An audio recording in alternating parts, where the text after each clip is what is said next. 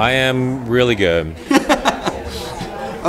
What is this experience like? You came to Sundance, I believe, I want to say 98, or am I That's wrong? right. Yeah. So it's been a while, if Yeah. you will, but you have experience here. Yeah. What is it like coming back here with a personal story?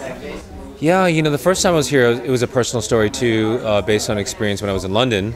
And now the second time I'm here, it's on a much more personal story based on something I experienced when I was 16, 1986, where my parents, sent me to Korea to this propaganda camp to learn about my Korean heritage. That's where I met 200 kids from around the world, Korean kids from around the world. And the last thing on our minds was our heritage. So you're trying to say people were hooking up? Yeah, we were all going through raging puberty, away from our parents for the first time. And so yes, that's where it's definitely a teen comedy.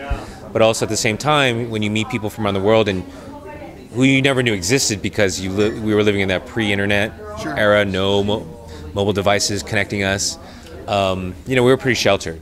And meeting people from other countries was quite a mind-opening experience.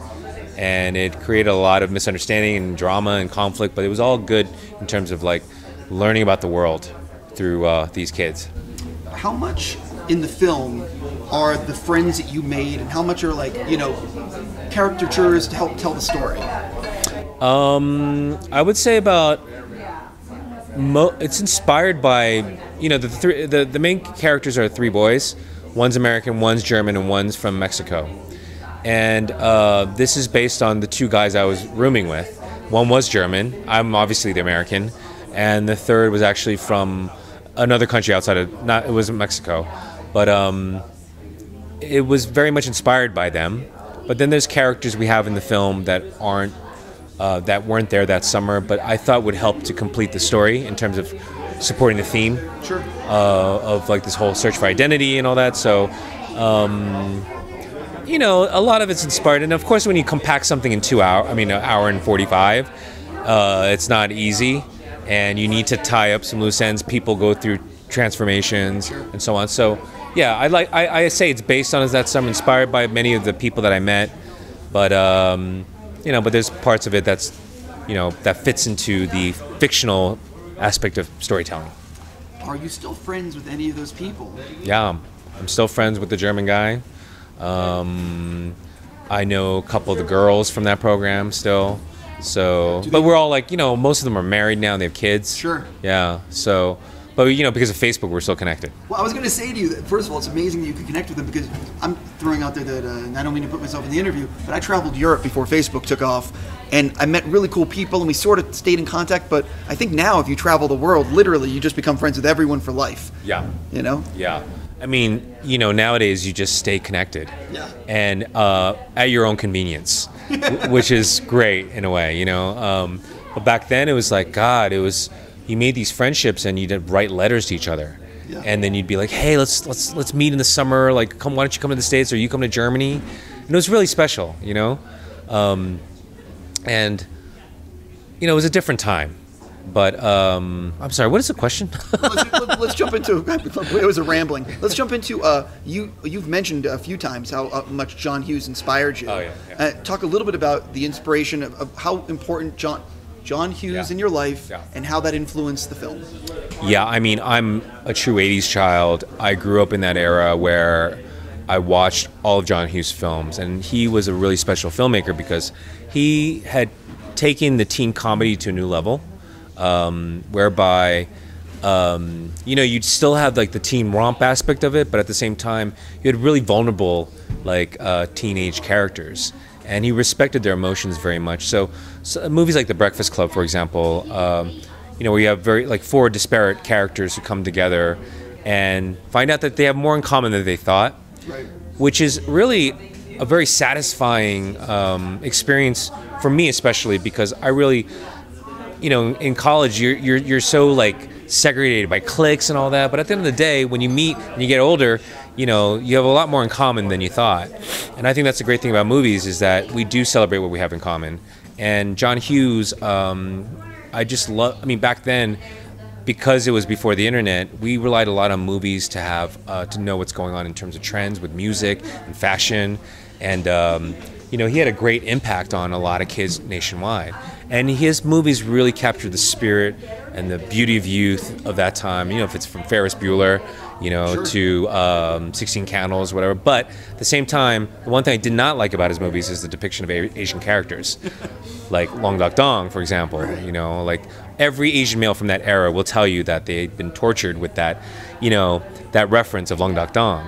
And but I mean, you know, Mr. Watanabe, who played him, he's a great actor, and I totally sympathize for him because there weren't that many roles for them. But so for me, it's like, yeah, you know, this is the movie I wanted to see when I was growing up, in terms of within that genre, that era. How tough was it for you to get financing for this thing? Let's just say it took me 16 years to make this movie, because I wrote it right after my first Sundance in 1998. And it was just the hardest movie to finance because people didn't understand it. First of all, I'm using an entirely Asian cast. Secondly, it's in 1986. Third, it's in Seoul, Korea. And people were just like, why? You know? And there was this whole question, like, is it a Korean film or is it an American film? You know, and I was just like, yeah, it's an American film, but, you know, we have international characters, so I can't say it's exactly an American film. But I always told them it's a global film. And but that wasn't enough to get it financed. But luckily we met a group of investors, and Korea's really, the profile of Korea's come up a lot through pop culture, like music or K-dramas and all that. And my investors are actually from China, and where Korean culture is really, really popular. So I was very fortunate because of that. What I would imagine, as you mentioned, you've been trying to put this together for 16 years. How much did the script change from that original inception to what people are seeing now? It changed a lot. I mean, I grew up with this script. I grew as a director over the 16 years.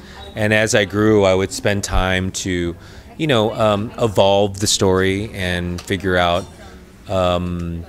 what to focus on, what were the primary, like the most important themes, and just develop what I already had. So it was kind of a blessing in disguise, because I'm a much better filmmaker now than I was, you know, when I was 26. Sure. So yeah, it definitely went through quite an evolution. How long was your first cut versus the cut that people were seeing? The first person to ask me that. I'm glad you did, because obviously the first cut for every director is just ginormous. Sure. And my first cut was like 3 hours. Now, was it an assembly cut or was it a first cut? No, it was an assembly. Okay, so it had everything. Yeah. How long was the first cut that you're like, I can show this to people? Oh, it was like 2.5 hours. Oh, okay. So there we go. It takes time to get detached and be objective. Sure. For filmmakers. I mean, it's your kid.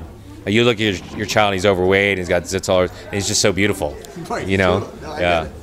And then you're like, oh, he needs to exercise. He needs to shed some, you know, trim the fat, you know. What did you learn from friends and family screenings or any test screenings that impacted the final release? And did you show people the 2.5 hour version? Yes. Okay, you did. Yes. I'm one of those filmmakers who really needs to have an audience in order to help evolve the film. And for me, this isn't particularly just a teen film, because, you know, it's 80s as well, so there's a lot of people from my generation who can watch it and feel nostalgic. So it was important for me, and there are adult themes in this that aren't really typical of your teen films. So I wanted this to be an experience not only for younger people, but also, you know, people my age, you know, in their 30s and 40s. Sure. And so I showed it a lot to different audiences, and we were very strategic in the type of age and demographic groups that we wanted the audience members to be part of. And when we showed it to them, it was a profound experience for me, because everyone had different opinions on it, especially like the older audience versus the younger one. So to me, that was just very eye-opening, and it helped me out a lot with the final cut. So pardon me for not remembering, but how long is the final cut? It's 1 hour and 45. Okay, so do you see yourself, are you the type of director that wants to do like an extended cut of this eventually, like on a Blu-ray? Or are you sort of like the 1 hour 45 is the perfect movie and the other footage I might just be deleted scenes? Yeah, it's kind of like once you've done it, you can't really go back in a way. And I'm okay with that. because this wasn't that, it wasn't Blade Runner, you know what I mean? It wasn't Apocalypse Now, where you had such amazing details that were just so essential. And for me, it's really a matter of like how essential is this for helping you to have a deeper understanding of the story. And honestly, my cut right now is perfect. Like, I don't need to go back and do a director's cut. You mentioned that, I want to go back to financing for a second. You mentioned the money came from China. Was it one of these things where you took a meeting and you're like, you pitched the idea and they're like, yeah, and you're like, what? Or no, it was one of these things that was very like designed in terms of me being at the right place at the right time, and because Asians do business in a completely different way, that's very indirect and not like, you know, I mean, Americans and Western, especially Americans, when they do business, it's pretty cut and dry. Like, this is what I have, there's a demand, you should invest in it, right? And especially when it comes to like film, like it's about relationships a lot. Sure. And not like, oh, I know this person because I know this. It's more like, do they like you? And sometimes a lot of it is not just about like your product, but also the person behind it. Sure. So you spend a lot of time cultivating a relationship and hoping that they like you, you know, and that they trust you because they like your character or something. I mean, that stuff exists in Asia, you know? Oh, I completely get it. Yeah. Talk a little bit about, you obviously filmed, was there any sort of thing that you wanted to do, that like a big idea that you had to sort of pull back because of budget, or sort of talk about the you know, the challenges? Of course, yeah. Was there one thing that you were really sad you couldn't do, or one thing you couldn't believe you got to do? No, we did it all. And but the thing is, with me, I don't have like very specific expectations when I make a movie. Like I'm you know, as an indie filmmaker, you always have to conform to what you can afford. Sure. You know, and you have to adapt. And I'm so used to doing that anyway. And I did work on a studio film, which was great. Like, I was like, oh, we want this in a stadium with like 5,000 people, and it happened. And that's amazing. But when you're a filmmaker, quite often you'll write the story to make it as cheap as possible to accommodate your budget. Because, you know, nowadays everyone has to make a movie for like under $2 million, which isn't a lot. And some people are making it for like $50,000. So, sure. You know, and some people are filming on iPhones. Exactly.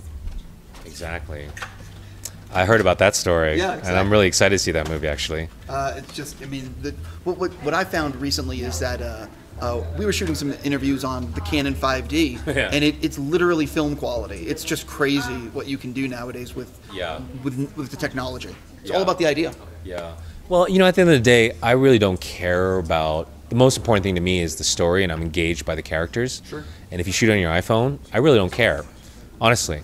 Lighting is important to me, you know. I agree. Hence the. Yeah. It's like so I can see, and Right. there's a certain mood, but the quality, like, it doesn't have to. I don't have to see every pore.